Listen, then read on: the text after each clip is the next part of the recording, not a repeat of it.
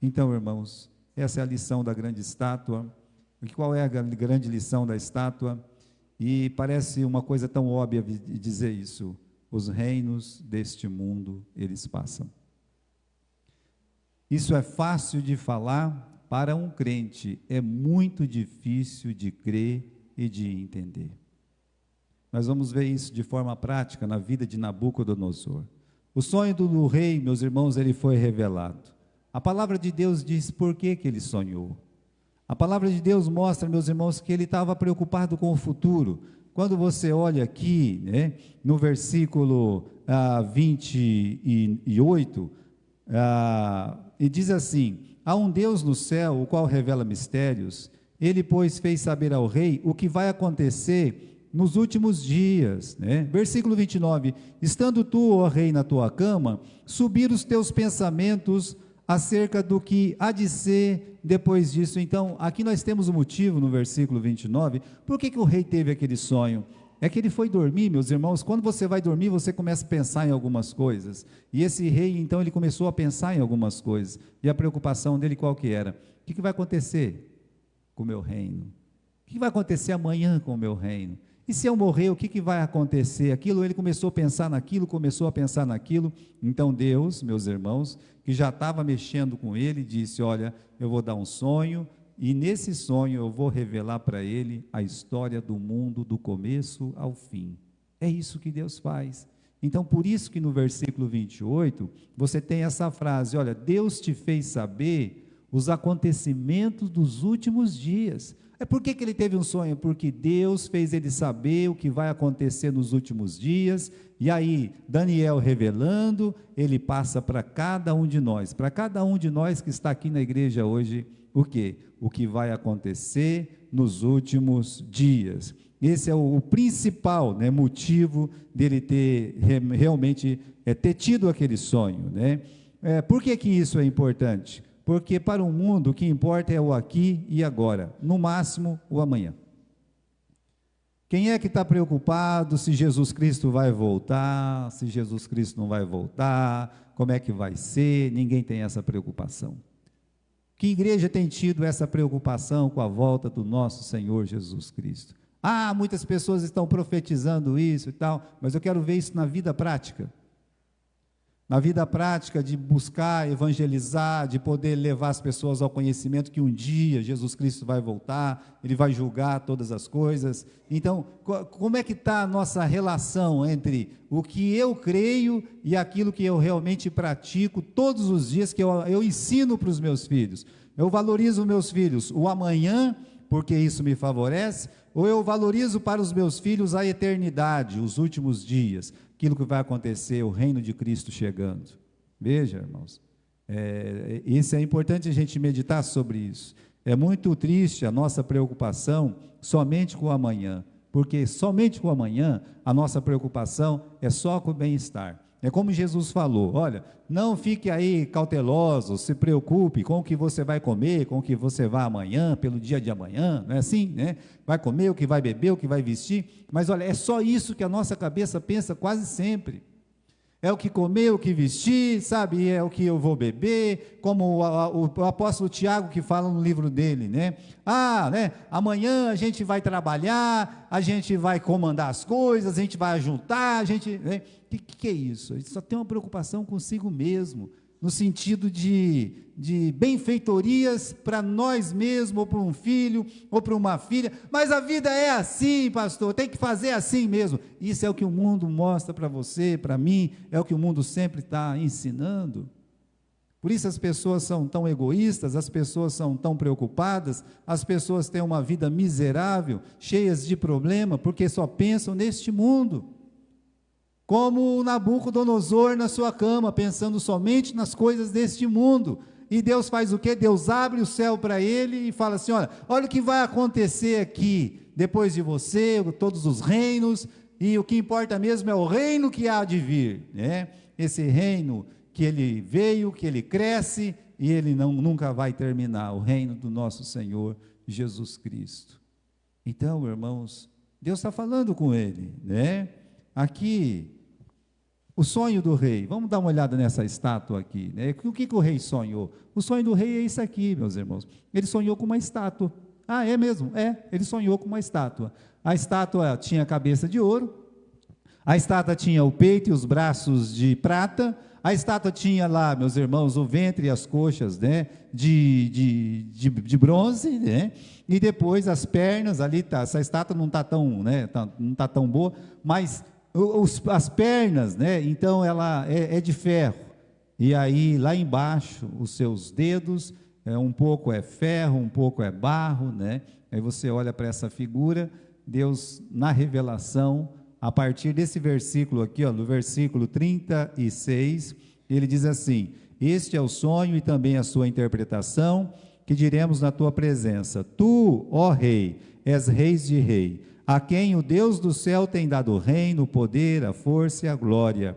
Onde quer que habitem os filhos dos homens, na tua mão entregou os animais do campo, as aves do céu, e fez que reinasse sobre todos eles. Tu és a cabeça de ouro. Então, ele conta o sonho e depois ele revela o sonho. Então, o rei Nabucodonosor, o senhor é essa cabeça de ouro. Não houve, já falei isso para vocês, e não haverá. Não houve um rei que pudesse, dentro dele mesmo, ter tanto poder, tanta glória, tanta majestade, quanto Nabucodonosor, e quem fala isso não sou eu, é a palavra de Deus. Que concentrava tudo nele próprio, a cabeça de ouro, sabe? E o reino, esse império babilônico, ele se destaca nisso, nessa grandeza real, porque Nabucodonosor nada mais é do que um exemplo pequeno do que todo ser humano quer ser. Essa é a verdade. Todo ser humano queria ser um cabeça de ouro. Todo ser humano que tem o desejo de concentrar dentro dele honra, glória, domínio, poder. Essa que é a realidade. Então, meus irmãos, ele representa bem essa glória humana. O Império Romano representa essa glória, essa opulência e também toda a luxúria, sabe? O desejo de satisfazer todas as concupiscências da carne sem limite. Esse é o Império Babilônico. Vocês lembram como ele acabou, meus irmãos? Como o império acabou, no capítulo 5 aqui de Daniel? Quando aquele rei, o Belsazar, descendente de Nabucodonosor, ele faz sabe, em plena guerra, ele faz aquele banquete, o banquete de Belsazar. Ele pega todos os utensílios que estavam lá no templo da casa do Senhor e começa a beber, se embriagar no meio de muita pouca vergonha, muita prostituição ali dentro, imoralidade. Até que Deus escreve na parede, Mene, Mene, Tekel, Ufarsim, olha, acabou o seu tempo. É assim, mas do começo ao fim, o Império Babilônico representa esse desejo de glória sem fim, sabe? Essa opulência humana que está no coração de todo ser humano, muitas vezes não é porque não pode. E aí, está dizendo no versículo 39, dá uma olhada no versículo 39. Depois de ti se levantará outro reino inferior ao teu. Pronto, né? Então nós temos o reino Medo-Persa de prata, inferior ao seu. Olha, irmãos, o reino dos Medos é esse peito, sabe, e esses braços de prata. Nós temos um versículo no livro de Isaías, muito interessante sobre o Império Medo. Olha o que diz aqui, eles desprezavam a prata e ouro. Olha o que Isaías diz, eis que eu vou levantar contra eles, né, a Babilônia, a Média. Não farão caso da prata, nem do ouro, nem deles se deleitarão. Ou seja, eles não estavam preocupados com riqueza, com grandeza nesse sentido, eles tinham isso. Talvez eles tiveram até mais do que Nabucodonosor, mas o desejo dos medos e dos persas, sabe como é que é? Se eles têm uma lei, ninguém pode mexer, né? Porque a lei dos medos e persas é irrevogável. Como eles se davam a grandeza, meus irmãos, mas é uma grandeza territorial, para dizer o quanto eles são grandes, para poder pisar em todo mundo, né? Por isso, quando você lê lá no livro de Esther, capítulo 1, versículo 1, quando começa aquele livro, né, você tem um pouquinho daquela figura, dizendo que sucedeu nos dias de Assuero, o Assuero que reinou desde a Índia até a Etiópia, 120 satrapias, ou seja, eles valorizavam colocar o pé nos reinos, né? Por isso que eles pegavam um rei, por exemplo, como aconteceu com o de Israel, né? Mandava tudo de volta, vai para lá, volta para a tua terra, né? Reconstrói as suas casas por lá, faz alguma coisa, porque eu quero mandar em vocês lá, eu quero mostrar que eu mando em vocês lá. Então, meus irmãos, é uma glória diferente. Só que para Deus é uma glória que vai se definhando em comparação com a de Nabucodonosor. Aí veio o Império Grego, né? Que foi maior ainda até do que o Império Medo-Persa. A palavra de Deus fala isso no versículo 39, né? Dessa grandeza, e realmente, meus irmãos, pelo Império Grego, veio todo aquele conhecimento, sabe, o valor pela cultura, pelas artes, valor pela escrita, que nós aproveitamos até hoje tudo isso, e ele vai se acabando também. Chega o Império Romano, que o Império Romano nada mais é, meus irmãos, que o Império da Força. Por isso que ele é ferro, sabe? Forte como ferro, tudo ele esmiaça, né? Então ele vai lá, ele pisa, ele realmente coloca tudo para baixo dos seus pés, e é muito maior até territorialmente do que os outros reinos, mas ele é ferro. Ele durou muito mais que os outros, mas ele é ferro. O que está acontecendo? Chega um ponto que ele vira ferro e ele vira barro, ele fica nada. Isso nos dá uma lição espiritual muito preciosa, meus irmãos, os valores que estão na estátua. Olha lá, ouro, prata, cobre, ferro, e ferro misturado com o quê? Com barro. Ou seja, como aquela estátua vai do ouro para o barro tão rapidamente? Ou como rapidamente, pastor? Isso levou 2000 anos, mais de 2000 anos para tudo isso acontecer. Não, é verdade, você está certo, você que respondeu desse jeito. Mas um dia para Deus é como se fosse 1000 anos, e 1000 anos como se fosse um dia. Olha bem essa figura, a figura que tem ouro lá em cima e de repente abaixa para prata, ou seja, pode passar aqui, né, se as pessoas estão seguindo aqui, pode passar também, né, você pode passar mais uma. Os valores dessa estátua, tem uma evolução? Tem uma evolução, mas não é para cima, é para baixo, né? Cada vez ela vai se desvalorizando mais e mais. É ouro, que vale mais? O ouro ou a prata? É o ouro. Que vale mais, a prata ou o bronze? É a prata. Que vale mais? O bronze ou o ferro? É o ferro. E o que vale mais? O barro ou o ferro? Bem, se eu pegar 1 quilo de barro e levar lá no ferro velho, ninguém vai querer. Mas se eu pegar 1 quilo de ferro e levar lá, eles me pagam 60 centavos. Já vale mais, né? Então, meus irmãos, perceba aqui que tem progresso, tem, mas é corruptível, né? Veja a decadência, meus irmãos, da humanidade. Tem avanços, olha, tem avanços em todas as áreas, né? Progressistas, intelectuais, mas lembra-se disso, que o homem separado de Deus, ele nunca vai progredir. Vamos colocar isso na nossa mente, coloque isso no seu coração, meu irmão. O homem, ele não vai progredir, ele vai sempre regredir. Essa história que o mundo vai melhorar, e Cristo vai inaugurar um reino milenar melhorado, aonde você tem isso na palavra de Deus? Você não tem isso na palavra de Deus. O que você tem na palavra de Deus é que essa terra, tudo que está preparado, meus irmãos, vai acabar tudo com fogo. É isso que a palavra de Deus mostra para nós.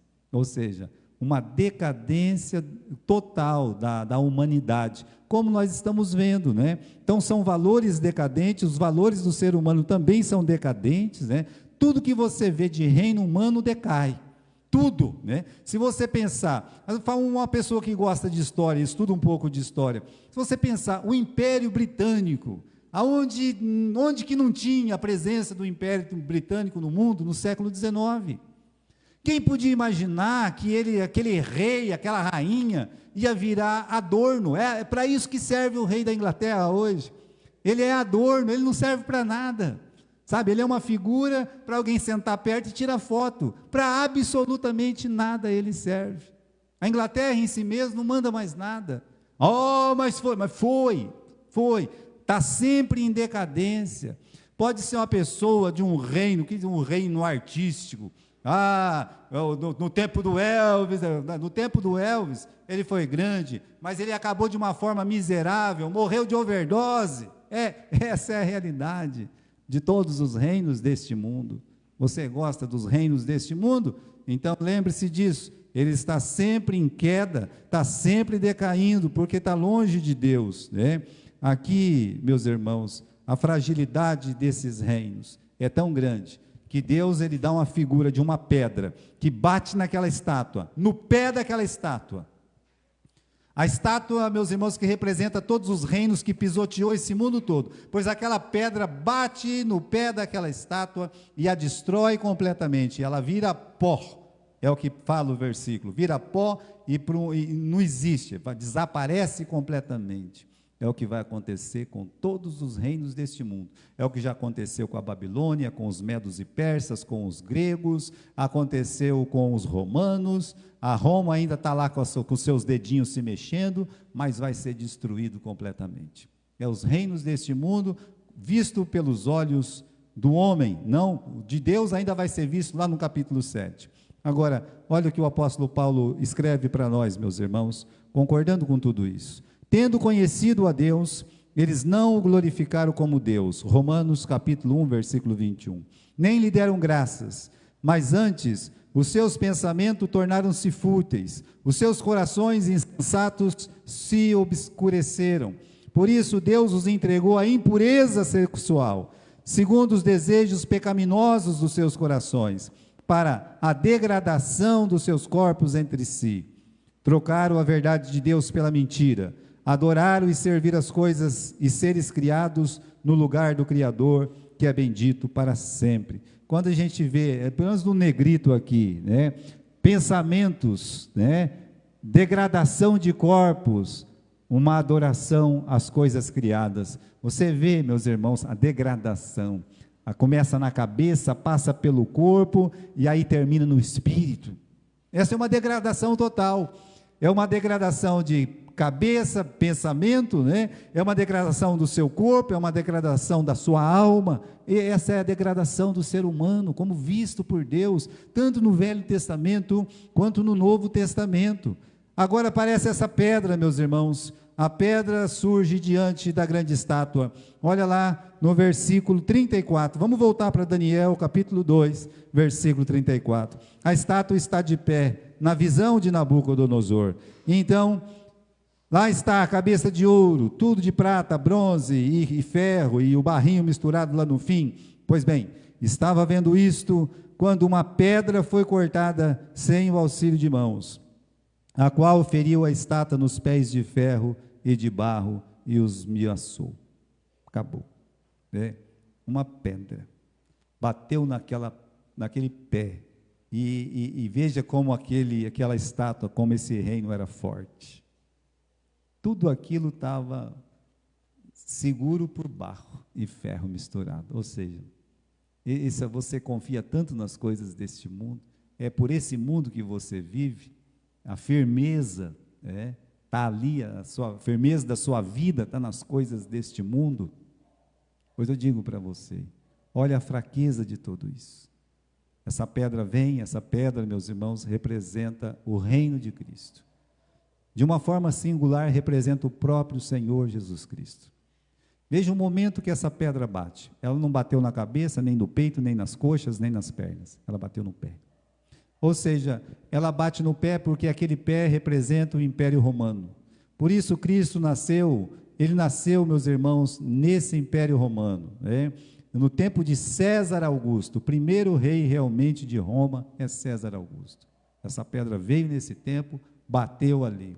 Há uma promessa de crescimento dessa pedra. Há uma promessa de que essa pedra vai encher toda a terra. E a promessa de Deus, meus irmãos, como enchimento e crescimento, você olha no versículo 45, versículo 44, dá uma olhada lá. Nos dias desses reis, o Deus do céu levantará um reino que não será jamais destruído. E este reino não passará a outro povo, esmiuçará e consumirá todos os reinos, mas ele mesmo, ele subsistirá para sempre. Então, no que nós aprendemos aqui, irmãos, é muito importante, isso é uma coisa importante da gente ver, essa pedra que surge diante da espada. Quem é a pedra? É Cristo. Quando ela chega no Império Romano, e Jesus Cristo, ele já veio. Vocês estão lembrados da pregação de João Batista, quando ele começou a pregar antes de Jesus Cristo chegar? O que ele fala? É chegado a vós o quê? O reino de Deus. É chegado a vós o reino de Deus. Então, de uma certa forma, esse reino ele chegou, e ele tem uma forma diferente de entrar no nosso coração, de que ele tem de realmente entrar nesse mundo e causar a destruição. Tem uma diferença. Quando você crê no Senhor Jesus Cristo, então o reino de Deus, ele vem dentro de você. Cristo vem Cristo vem habitar no seu coração, então ali você pode dizer que você faz parte do reino de Deus. No momento que você crê no Senhor Jesus Cristo, essa pedra pega no seu coração, no coração de um pecador, e esse pecador, então, ele entrega a sua vida a Jesus. Isso é uma coisa maravilhosa. Um momento em que uma pessoa, ela é abatida por aquela pedra. Por quê? Porque o que a pedra faz? Ela mata o mundo, ela destrói os reinos. No dia que essa pedra bateu no seu coração, o mundo deveria morrer para você. Os reinos deste mundo também deveriam ser destruídos no seu coração. Veja como é difícil. Eu convido você para abrir comigo lá em 1 João, no capítulo 2. Vamos lá, no livro de 1 João, capítulo 2. Ah, pastor, eu amo o mundo. Então, calma lá. Nós temos uma palavra de Deus a todos. Todos. Isso inclui crentes e descrentes. Mas diz aqui no capítulo 2, versículo 17, versículo 16, perdão, 15. Não ameis o mundo e nem o que há no mundo. Olha, você não ame o mundo, nem no que há no mundo. Se alguém ama o mundo, o amor do Pai não está nele. Porque tudo que há no mundo, a concupiscência da carne, a concupiscência dos olhos, a soberba da vida, não é do Pai, mas do mundo. O mundo passa. E o que mais passa com o mundo? A sua concupiscência, os seus desejos. Quando essa pedra bate no nosso coração, esse mundo, esses reinos deste mundo têm que ser destruídos, porque é o que essa pedra faz. Por isso, uma meditação profunda nesse texto, meus irmãos, nos leva a dizer para nós mesmos: Senhor, meu Deus, tende misericórdia de mim. Eu preciso vencer o amor ao mundo, o amor aos reinos deste mundo. Às vezes as pessoas, mesmo cristãs, elas são levadas tão facilmente pelos reinos deste mundo. É o reino financeiro, é o reino da moda, é o reino da música. Veja como essas coisas invadem as nossas igrejas. Destrói até o nosso culto se deixar. Por quê? É a valorização dos reinos deste mundo. Então, de uma forma, meus irmãos, assim, espiritual, de uma forma pessoal, aquela pedra, ela batendo no coração, ela inaugura o reino de Deus dentro de você. Mas tem um outro porém, tem um cumprimento literal dessa profecia. O cumprimento literal dessa profecia é que essa pedra, meus irmãos, realmente, como é que ela surgiu? Ela surgiu sem a ajuda dos homens, sem ajuda humana. Como assim? Meus irmãos, João fala com tanta simplicidade, que não pela vontade da carne, não pela vontade do homem, mas pela vontade de quem? Pela vontade de Deus. Então, Jesus Cristo, meus irmãos, ele não teve um pai humano, ele foi gerado pelo Espírito Santo. Então, ele foi tirado daquela montanha, sem ajuda de mãos humanas. E naquele momento, então, realmente, houve um conflito da sua presença, a sua morte, o grande golpe contra Satanás, o grande golpe contra a serpente, o grande golpe contra a morte, é Cristo morrendo na cruz e ressuscitando no terceiro dia. Que golpe grande foi esse? Isso é uma visão, meus irmãos, dessa pedra. Mas a visão final dessa pedra, o cumprimento duplo, a visão que vai lá para frente, é que Jesus Cristo vai voltar. E esse mundo vai passar. O mundo passa e as suas concupiscências. Olha o final do versículo 17, que diz assim, aí de primeira epístola de João: mas aquele que faz a vontade do Senhor, ele permanece para sempre. Então, irmãos, agora eu chamo a atenção de vocês para o seguinte: Ele queria saber o sonho. Ele descobriu que sonho que era. Ele queria saber a revelação do sonho. Já foi revelado. Quando Deus te dá uma visão, e Deus dá a revelação daquela visão. Eu vou usar o exemplo do apóstolo Paulo. O apóstolo Paulo diz que quando aquela visão, daquela grande luz, que brilhou mais do que o sol do meio-dia para ele diz uma frase muito interessante em relação àquela visão. O que ele fala? Eu não fui o quê? Desobediente à visão espiritual, à visão celestial. Agora nós temos aqui o rei Nabucodonosor. Ele não queria matar as pessoas porque ele queria saber o sonho. Ele não queria que alguém revelasse o significado. É verdade, tudo isso. Então vamos ver, né? Vamos ver as atitudes do rei aqui. Já contou, já falou o que vai acontecer. Todos os reinos deste mundo vão passar. O reino de Cristo vai vir. E as pessoas têm que entender a grandeza desse reino, crer na vinda desse reino. E aí, meus irmãos, no versículo 46. Então, o rei Nabucodonosor caiu sobre a sua face, quase que desmaiou, né? E ele fez o quê? Adorou a Daniel. Olha, né? E qual foi a reação do rei Nabucodonosor? Ele poderia cair assustado com seus pés e dizer assim: louvado seja o Deus do Daniel. Daniel, como é que eu faço para servir esse Deus tão poderoso? E diga, Daniel, eu não quero mais servir aos meus deuses falsos. Eu acredito nessa palavra. Deus não teria te dado essa revelação se não fosse para tocar aqui no meu coração. Então, meus irmãos, você tem essa parte aqui, né? Que fez o rei Nabucodonosor, ou não tem? Aqui está, né? Ele teve alguma consideração espiritual, glorificou a Deus, desejou servi-lo, né? Passou a pensar nos acontecimentos dos últimos dias, quis saber quem é essa pedra que destrói a estátua, ou seja, quis saber quem é essa pedra que destrói ele, porque ele faz parte dessa estátua. Ele poderia perguntar: me diga, Daniel, que pedra é essa que me atingiu, que me derrubou, né? Aí ele poderia dizer: essa pedra é Cristo, a pedra angular que os edificadores rejeitaram. Mas ele não pergunta nada. Ele não toma uma atitude espiritual, ele continua com atitudes carnais, atitudes que são naturais de um homem que não se arrepende dos seus pecados.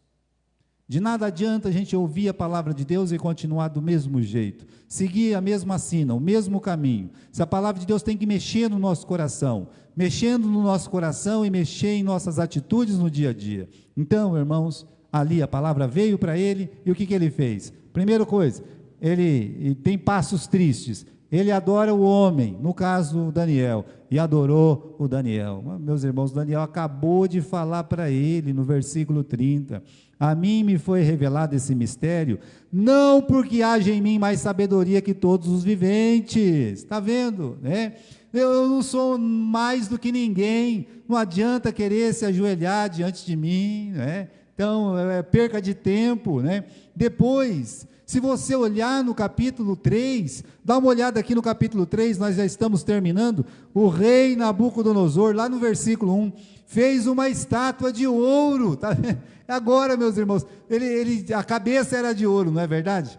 Ele resolveu fazer uma estátua inteirinha de ouro. Falei assim: quer saber? Eu vou fazer aquela estátua inteirinha de ouro, do começo ao fim, né? E ele fez, alta, enorme, né? E ele deu uma ordem aqui, no capítulo 3, no versículo, veja lá, né?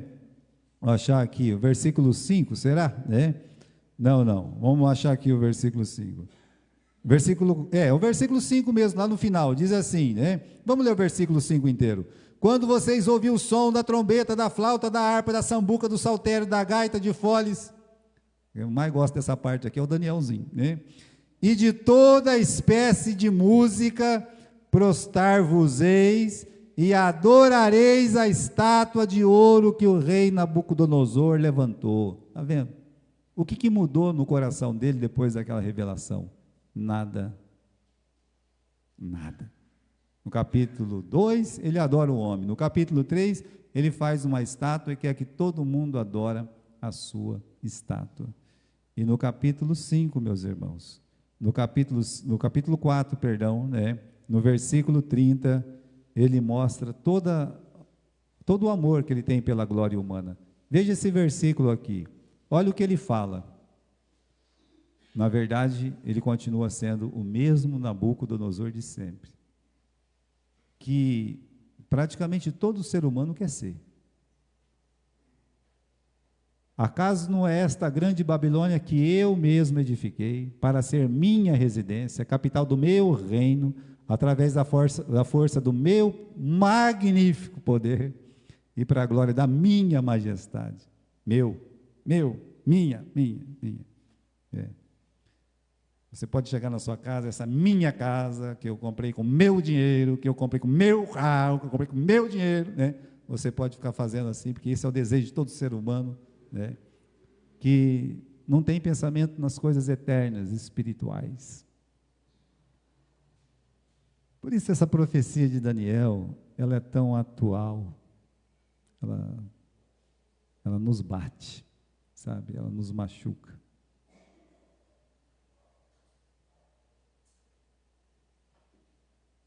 Os reinos deste mundo passam. Quero terminar, irmãos, dizendo que o cristão não tem uma estátua para adorar, viu? Mas ele tem uma imagem para se espelhar. É. O cristão deve ser a imagem e semelhança do seu Criador. Nós não temos uma estátua para ficar baixando, não. Mas nós temos uma imagem. Nós fomos criados à imagem e à semelhança de Deus. E quando nós nos convertemos, a palavra de Deus diz que Ele nos salvou para ser a imagem e semelhança do Senhor Jesus Cristo. É o apóstolo João que nos ensina, né, que assim como Ele é, assim somos nós neste mundo.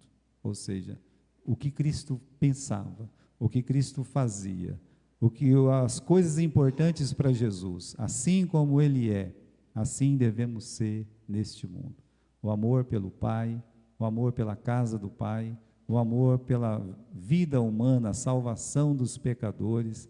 Essa era a vida do Senhor Jesus. Então, o apóstolo João diz, né, assim como Ele é, assim somos nós neste mundo. Se existe alguma semelhança entre aquela estátua, meus irmãos, e o nosso cristianismo, é que, assim como a cabeça era de ouro, né, nós também temos uma cabeça, a igreja tem a cabeça, o cristão tem a cabeça dele, que é Jesus Cristo, né?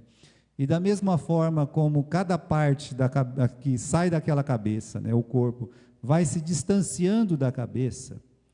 O peito é de prata, só que aqui a coxa, né, o ventre de bronze, as pernas de ferro, e lá os pés, ferro e barro, né? Quanto mais longe da cabeça, mais desvalorizado, mais decaído, mais fraco. Se existe alguma semelhança nisso, quanto mais longe nós estamos da cabeça que é Cristo, mais fracos, mais, sabe, inoperantes espiritualmente, mais prontos a cair, decadentes mesmo nós ficamos. Você quer ver uma igreja que não tem nada a ver com a glória de Cristo? Ela distante da cabeça que é Jesus. Você quer ver um crente que não se parece nada com Jesus? Ele está muito longe da cabeça que é Cristo. Então isso deve, meus irmãos, tomar conta do nosso coração e entender que essa profecia da grande estátua é para nos dizer: esse mundo passa e as suas concupiscências. Vamos terminar lendo 1 João, capítulo 2, versículo 17 de novo, tá?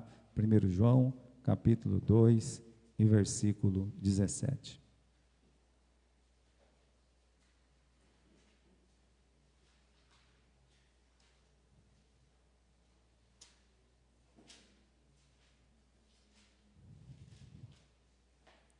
O mundo passa e a sua concupiscência. Tudo vai passar deste mundo, desses desejos. Mas aquele que faz a vontade de Deus, o que acontece? Ele permanece. O Nabucodonosor passou. O Nabonido, seu filho, passou. O Belsazar, seu neto, passou. O Ciro assumiu, tomando aquele reino todo. Ele passou. E veio outro. E veio Dario. Olha, quem permaneceu firme naquele reino foi o profeta Daniel. Mas, ele passou pelos reinos, de um para o outro. Ou seja, aquele que faz a vontade do Senhor permanece para sempre.